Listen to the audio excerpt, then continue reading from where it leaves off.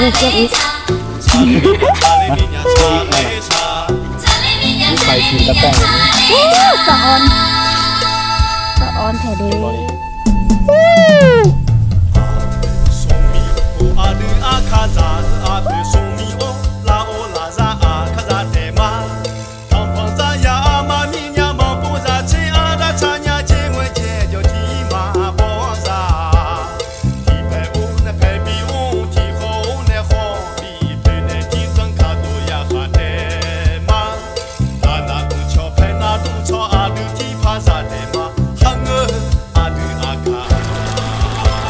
สบายดีทุกคนที่กำลังติดตามมักส้มนะยินดีต้อนรับเข้าสู่ช่องอาคาน้อยมื้อนี้เฮามากันเป็นครอบครัวทุกคนเฮามานี่เห็นบ่ ไปดี ช่องอาคายามีเลยก็มีมาน้ำเฮาสิมาเก็บมักแตงเนาะทุกคนเนาะสิมาเก็บมักแตงอยู่สวนบ่แม่นสวนอยู่ไร่เนาะเพื่อเอาไปกินสวงเทศกาลโลซิงซาหรือว่าบุญกินเจียงบ้านเฮานี่ใกล้มาถึงแล้วพี่น้องเนาะมื้ออื่นมื้อฮื้อนี่ล่ะทุกคนเฮาสิไปเก็บมักแตงเป็นของแก้มเพื่อว่าเวลากินเจียงเวลามีแขกมายามเฮือนก็จริงที่จริงก็บ่ได้มีแขกมันยังหลายดอกแต่ว่าเพราะว่าเป็นช่วงนี้เป็นช่วงโควิดแล้วก็บ่ได้จัดงานมันยังหลายมีแต่ว่ากินกันในครอบครัวแล้วก็เอาหมู่คู่ๆที่เป็นหมู่สนิทกันเนาะมากินพอแบบล้มกันซื่อๆเนาะปีนี้บ่ค่อยปานใดเนาะแต่ว่าจะมีเกี่ยวกับเน้นเกี่ยวกับเรื่องทางฮิตคองเนาะฮิตคองเดิมๆของสุดพออาคามันจะกราฟมาหมดย้อนว่าช่วงนี้ก็เป็นช่วงโควิดผู้คนบ่ค่อยออกไปทางใดหลักว่าจะมีกิจกรรมต่างๆเกี่ยวกับชนเผ่าอาคาเนาะโอเคมื้อนี้บ่ว่าอย่างไรสิไปเก็บมักแตงอยู่ไฮกันไป ตอนนี้ก็อยู่ตามสายน้ำเวลาเดินทางก็จะเดินไปนี่แหละทานลำห้วยลำธารไป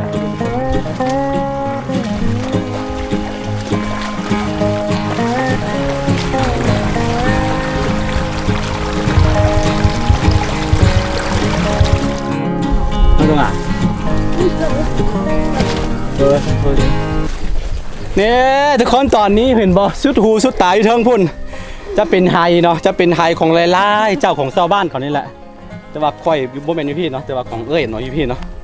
พุ่นสุดหูสุดตาโอ้โธ่บรรยากาศแรงๆตอนนี้เฮาก็สิเก็บอันนี้เขาเอิ้นพักอีหยังพักอีตูแล้วว่าผัดกะเพราแม่นบ่แม่นบ่อันนี้คือสิเป็นภาษาไทยเอิ้นว่าผัดกะเพรากะเพรานี่เก็บหอมไปแตงกินเพราะว่ามีเนื้อหมูมีเนื้องัวเนาะปาร์ตี้เหล้าเข่าจักอันนั้นเหล้าเข่าจักขวดไปเป็นของแก้มอาโลพี่น้องเอ้ยกินกันอยู่ในครอบครัวบ่เป็นหยังสุดยอดนี่คืออยู่กลางอะไรใช่ดูไปไม่เชิงนะ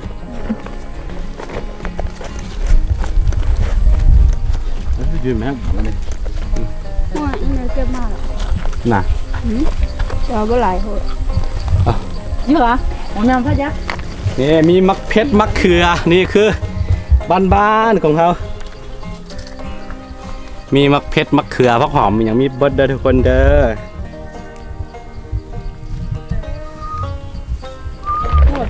นี่คือวิธีชีวิตสไตล์คนบ้านนอกก็สิประมาณนี้เนาะส่วนหลายก็จะปลูกเองกินมดเราไม่ค่อยได้ซื้อกันนะพวกพักพวกมีพวกไม่ยัง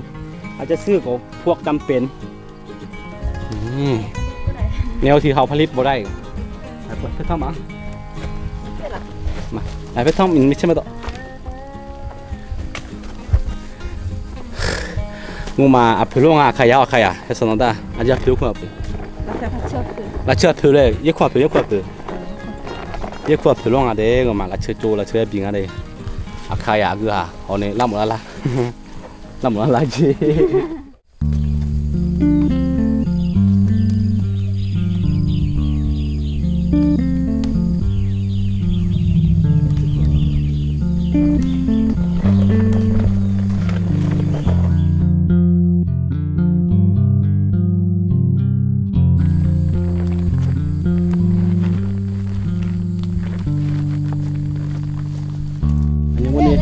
เธอละพี่เธอมาไงจ้ะแม่ที่เขาเพียวเขาแบบอย่างเขาเธอละพี่แม่ติดวิธีการเก็บมักเพชรเราต้องเก็บอยู่พี่ขึ้นมากับวันนะเพราะมันแก่แล้วอยู่ทันนะเพราะอายุกล้องมันจะแก่แล้วเนาะตั้งแต่ต้นขึ้นมาปลายนี่ มื้ออื่นสิไปเฮ็ดลาบกินพี่น้องเอ้ยลาบงัวซอยจุโอ้ ซอยจุก็มีเด้อของแท้เสียเซาคูเป็นผู้ซิมนี่มักเผ็ดเอาของแท้มักเขือก็เอาไปกับนี่แหละคือตัวนี้เฮาสิไปหามักแตงนี่คือเครือมักแตงแม่นบ่แม่นบ่มักแตงแม่นบ่นี่นี่คือมักแตงมาตามหามักแตง นี่บอกมีแสงเขียว นี่มักแตงนี่มักแตง นี่ว่าไงไงป้าทุก นี่คือมักแตง อันนี้คือสดๆเลยเด้อเบิ่งแม่กำลัง นี่พี่เด้ เก็บ เอาไปกินพี่น้องเฮ้ย โอ้ตัวนี้งามแค่ มัก ว่า แตง เบิ่งแม่บ่หลัง สุด กิน ยอด ได้ เล เลย ยอันนี้คือเฮาสปอร์ตสารเคมี 100% เนาะบ่ได้ใช้สารเคมีมันหยังอะไรนะ 소유가만 잘안 찍어대 수수수세. โอเคโอ้สุดยอดเลย นี่มันนี่ซุ่มเบิ่งเนาะเฮ้ยนี่สินี่เด้อ สุดเลย นี่จ้า ออกมาอย่างนั้นแหละนี่มาพี่ส่วนหลายนี้เขาจะฝังดินแบบนี้ไหมหลังจากที่มันเป็นมาร์กแล้วมันก็จะฝังดินไว้แล้วก็มันจะย้ายไว้เขาว่านะนี่เห็นบ่นี่โอ้เขาสิเก็บเลยเด้อกินมันปีนี้นะ1 หน่วยแป๊บนึงเอา ตัวนี้ เก็บไป โอ้ยใหญ่พี่ลึกเอาบูเก็บอีก มาเก็บอีกนั่นน่ะยุบไปตีนตะกล้องแบบนี้ โอ้สะออนแท้เด้ เห็นบ่นี่ มีแต่ของแซ่บของอร่อยของบริสุทธิ์ ของจริงอันนี้สดจากปากกินแน่เลย วู้กับข้าวเหนียว สะออน พี่ใส่มาพี่ ยังมาบ้างเลย เห็นมักแตงเราก็หายเมื่อยเลย พี่ใส่พี่มีเนื้อหนึ่งด้วยมันได้ อยู่เทิงมองเลยนะ ว่าฟังดินไว้อากาศดา นี่แด้ อากาศดาเธออันนี้น้อยพดปะอากาศดา โตเนี่ยก่อน โบว่าฟังดินไว้นิดนึงนะคือมันได้นั่นคือหมึงงานนี่ดา นี่ตัวนี้เป็นตะแซบสุดพอดีบ่ใหญ่บ่หน่อยกำลังแซบเด้อ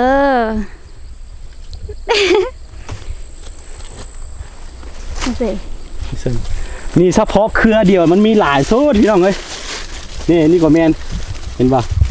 ตะกล้องเครือเดียวแล้วนี่อันนี้ยังน้อยแล้วก็อยู่พี่อีกนี่เขาฟังดินไว้แบบนี้ มาเบิ้งพี่นี่เขาจะฟังดินแบบนี้ไว้คือตัวนี้กับตัวนี้ออกตอนออกเนี่ยพร้อมซ้ำกันแต่ว่าตัวนี้คือฟังดินไว้มันจะง่ายกว่านี่เห็นไหมนี่โอ้ของแท้นี่ว่านี่คือมักแตงเด้อมันจะแซ่บเลยมักแตงมาจากทิเบตต้นตะกนมาจากทิเบตได้นี่เด้อเอามาตอนนี้อพยพมาจากเมืองจีนตะกี้คนแล้วก็ซึบทอดต่อกันมาหลายร้อยปีนี่มักแตงของแท้โอ้เบิ่งเอาซ้ำนี่ก็พอเนาะเอาเปไปบ่ไหว นี่เก็บมานี่แก่แล้ว อันนี้เฮาสิไปเฮ็ดอันนั้นเหนียวพันธุ์สิแกะเอาเหนียวพันธุ์มันเด้อนี่เด้อตัวนี้มันจะหวานอันนี้ก็หวานคือกันนี่สิเก็บเอาตัวนี้ไปเก็บเอาตัวนี้โอ้โหพอแล้วเบิ่ง1 2 3 4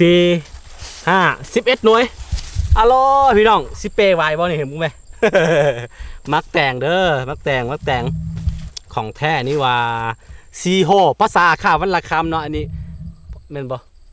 ซีโฮเด้อภาษาอาคาเอิ้นว่าซีโฮเนาะบ่ว่าอาคาจะอยู่ใส่ก็เอิ้นว่าซีโฮคือกันตัวนี้เนาะมักแตงเอาโล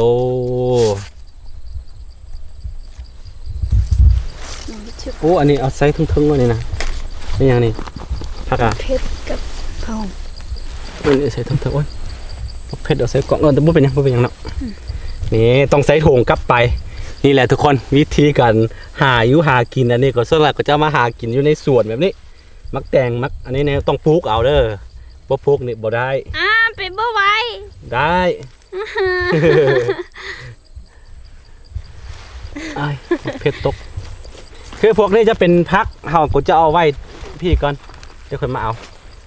โอ้ยกระเพรากระเพราไปเห็นไหมนี่นะมาเปย์สวยเข้าไปนะ บังคับกัน เอาเลย โอเคตอนนี้เขาชิขึ้นไปเทียงไฮกันทุกคนเอ้ยสะออนนี่อาขาไฮท่วมหัวแล้วไฮเขาดูวะพอดหัวแล้วเพียงหัวแล้ว1.60 ไป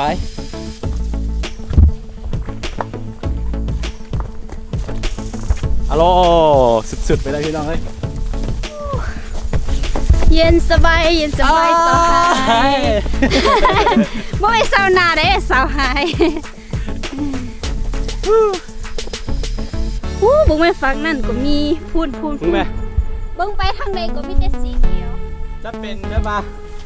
จะเป็นไฮของชาวบ้านมดนะคือที่จริงเขาเฮ็ดไฮเพื่อว่าสิปลูกอย่างพาราคือตัวนี้เราก็ปลูกแล้วทุกคนเขาปลูกอย่างพาราเด้อ ตอนนี้กำลังปลูกปี ปลู นี้ กแล้วแหละปลูกแล้วนี่คือโบแมนประเทศไทยแบบเดือดร้อยทุกคนอันนี้จะเป็นที่ดินที่เขาแบ่งให้เฮ็ดกินโดยเฉพาะเลยเนาะไทยปลูกเฮ็ดปลูกอย่างก็แล้วแต่ตัวเองนะนี่นะเป็นเนื้อที่ดินที่ทั้งเมืองเขาแบ่งให้โอเค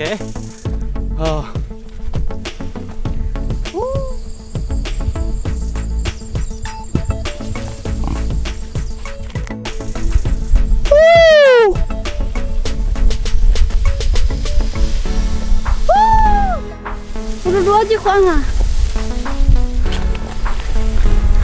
นี่เราชื่ออะไร สะออนสุนใจ เบิ้งสุดหูสุดตาเนาะเห็นปะตอนนี้ประมาณ5 โมงแรงเลยทุกคนเห็นปะอัลโหลสะออนทั้งนี้ธรรมดาได้สิพาไปเบิ้งตรงนี้มือเปื่อนนิดนึงโอ้ Amazing เนี่ยทุกคนเห็นบ่คือตั้งแต่เฮาไทยคลิปยังมานำกันยังบ่เคยเซลฟี่นำกันตอนนี้เอาสิมาเซลฟี่กัน3 คนกับตากล้องเนาะ นี่ตากล้องเบิ่งพี่เด้อเบิ่งเลย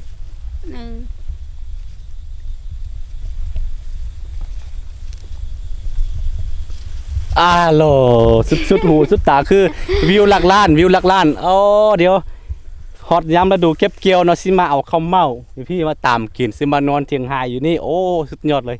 สุดหูสุดตาความฝันใกล้เป็นจริงแล้วมีแต่ว่าสาวครูพยายามแนะนำให้สาวครูให้กินหลายนิดนึง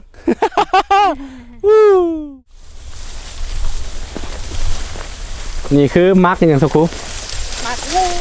มักงูเห็นบ่อันนี้แกแล้วกินบ่ได้บ่มันจะเห็ดแนวมักงู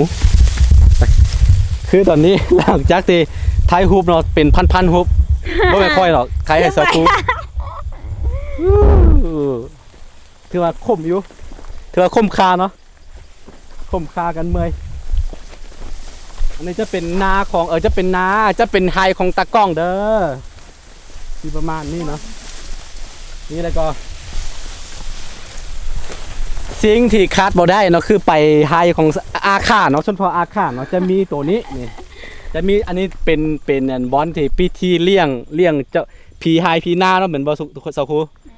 ถ้าเป็นบอลสิว่าจะได้ปะเป็นบอลที่ให้แบบรอให้แบบว่าให้ข้าวให้งามเด้อให้มักแตงงามเด้อให้แบบได้กินได้หลายเด้อประมาณนี้นะอันนี้คือเขาเอิ้นว่า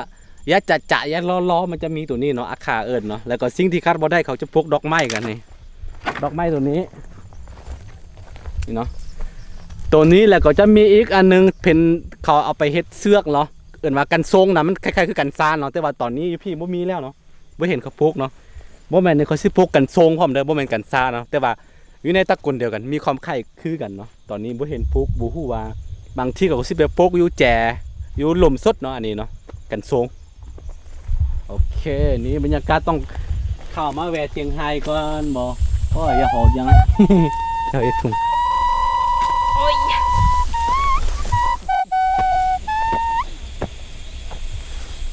มักแตงเก็บมักแตงอยู่นี่จะเป็นมาเก็บมักแตงแล้วก็เป็นกันพามาชมวิวงามๆวิวลักล้านเนาะคือที่จริงเคยบ่เคยมาไทยของตากล้องเลยอันนี้เป็นครั้งแรกเนาะอันนี้เป็นครั้งแรกเลยคือว่าดีแล้วก็มาตอนแรกๆแบบนี้โอ้ไม่เชื่อ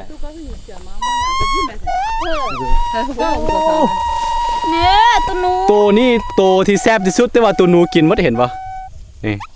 ตัวนี้คือ มักแตงลาย มักแตงลายเด้อทุกคนเด้อลายๆเห็นบ่อันนี้คือมักแตงลาย มันจะออกรสชาติหวานๆบ่เป็นหยังกินของเรือก็ได้ เพราะว่าตัวฮอกมันเฮาก็เลี้ยงอยู่แล้ว pas d'ailleurs ni déjà c'est moi on a vraiment déjà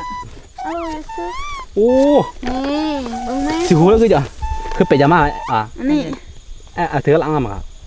tu la aji la ma ma aji ตัวนี้ให้ออกมา tu me lo la อ้าวตัวนี้แน่นดีสุด อายุอุปบตัวสิ mana ba déjà ici อันนี้คือมักน้ำเต้าเด้อตัวนี้ไปอันนั้นกินก็แซ่บโอ้ในมักแตงตัวนี้คือ เวลาเฮาสิไปเฮ็ดเบี้ย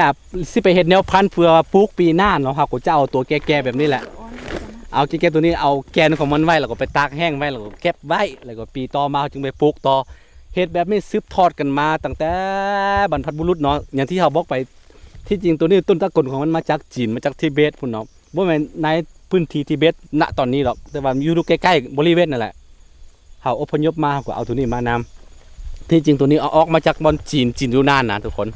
จีนมณฑลยูนนานปัจจุบันนี่แหละเพราะว่าชาวอาคาเขาอพยพมาจากพ่นเนาะเพราะว่าชาวอาคาชาวมงมันอย่างจะมีเนาะมักแตงตัวนี้เนาะนี่คือของดีที่สืบทอดกันมา มันจะหวานตัวนี้พากินกันตัวนี้มาโอเคตอนนี้เราสิพาตัวนี้ก่อนปัญหาก็คือเดี๋ยวเอาเป้ตัวนี้กลับไปฮอดบ้านนี่เสาคู่น่าจะจ่อยอยู่ แป๊บเพื่ออันนี้คือแม่ของตะก้องเด้อ ตัวนี้กินสดๆเลยเด้ tu อ la kan pe ma lo de pa ne lo ถ้ายกเวียจังนะอาคาสีโขงอะเด้ตัวเมามันจะมีรสชาติหวานๆตัวใดสุกเนาะฮัลโหลของแท้นี่มันเหลืองๆป้าดพี่น้องนี่สิประมาณนี้เนาะโอ้ tu dis sur เอาทุกอย่างแซ่บเด้อคิดฮอดบรรยากาศเก่าๆขึ้นมาทันทีตอนน้อยเนาะหลังจากที่ตีเข้าตีน้ำแล้วเนาะเขาจะเก็บตัวนี้ไว้ on est dans ton projet là คือวิธีการเก็บมักแตงแบบเก็บใบกินนานๆเนาะเขาจะไปฝังดิน เอาฟางทรายแล้วขุดโขมแล้วขุดหลุมทุกคนขุดหลุมเลิกๆประมาณเนาะ60-70ซังเนาะลงเลิกของมันแล้วก็เอาฟางทรายแล้วก็เอาทรายหั่นแล้วก็อบถมดินไว้เนาะประมาณ 6-7 เดือนหรือว่าปีหน้ากลับมากินก็ยังบ่บุดบ่หนาวเลยอยู่ใต้ดินนะทุกคนเลยย่ำนะแต่ว่าต้องป้องกันเพื่อบ่ให้เป็นตัวหนูตัวฮอกมันยังจะไปเจาะกิน ขุดเลิกนิดนึงเนาะเก็บเป็นนี่คือวิธีการเก็บมักแตงของอาคาของลาหูเด้มันสามารถเก็บไปกินฮอดปีหน้า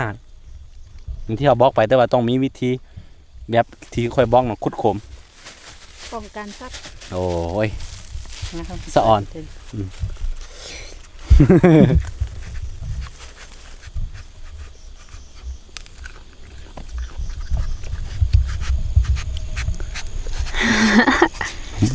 โทษจ้ะ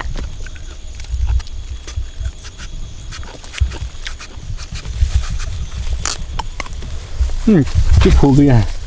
ฮัลโหลซิมอะไร T'as ni télé, attends, t'as ni télé. ฮัลโหลแห่ต้องมาถอยงั้นจะให้มีโซซ่าแห่ใครเอาสิหงอะไร โอ้โหหนูยามาเลย ฮัลโหลคือดื้อมากๆไง Qui bouge, il y a tout le monde pour une, chez moi, maman, chez l'homme, pas y est mis. เอายืมมือยังอ่ะ Là, c'est monsieur pour moi, on y a là, maman, y a. On va aller pour quoi, y a si.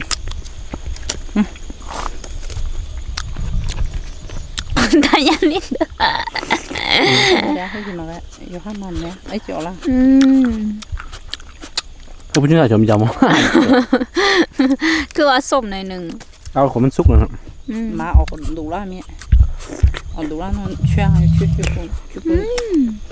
มันยังไม่สุกดีขั้นสุกดีมันจะออกหวาน ส่วนหลายเฮาก็มีแต่ซื้อกินนำไทบ้าน ๆเพราะว่าบ่ได้เฮ็ดให้ส่วนละ แม่บ่ได้เฮ็ดให้เฮ็ดสวนโดน 7-8 ปีแล้ว แล้วก็บ่ได้เห็นแบบบ่ได้ไปเก็บแบบสดๆนะมีแต่ซื้อเขาเจ้ากิน ตอนนี้คือมาเก็บเองแล้วก็กินเอง ได้เวลากลับบ้านกันแล้วนี่คือบรรยากาศแรงๆตอนนี้ประมาณ7 โมงยังแหละยังบ่ฮอด7 โมงประมาณ7 โมง00ก็เขาก็สิกลับไปฮอดบ้านนี่คือวิถีชีวิตง่ายๆตามสไตล์ของคนบ้านนอกบ้านนาเนาะสิประมาณนี้แหละเนาะตอนแรงตอนเช้าก็มาให้มาสวนหลังจากที่เฮ็ดเวียกเมื่อยๆเขาก็จะกลับไปบ้านเนาะบางทีฮอดฤดูเก็บเกี่ยวเป็นหยังแล้วฤดูตีข้าวตีน้ำเนาะก็จะมานอนอยู่นี่เลยเนาะเวลากลางคืนก็นับดาวนอนนี่คือวิถีชีวิต นี่คือวิถีชีวิตของชนเผ่าอาค่าเนาะโอเคจะเป็นคลิปบ้านๆเฮามาเก็บมักแตงเนาะถ้าใครมักก็อย่าลืมกดไลค์กดติดตามซองอาคาน้อยแล้วก็อย่าลืมเข้าไปกดติดตามซอยทางเสามีตู้เนี่ยเนาะซองอาคายามีเนาะ กินบุญ จะได้เห็นแบบคลิปบ้ามีอย่างของเฮาเนาะโอเคได้เจอกันในคลิปหน้าเนาะสบายดี สบายดี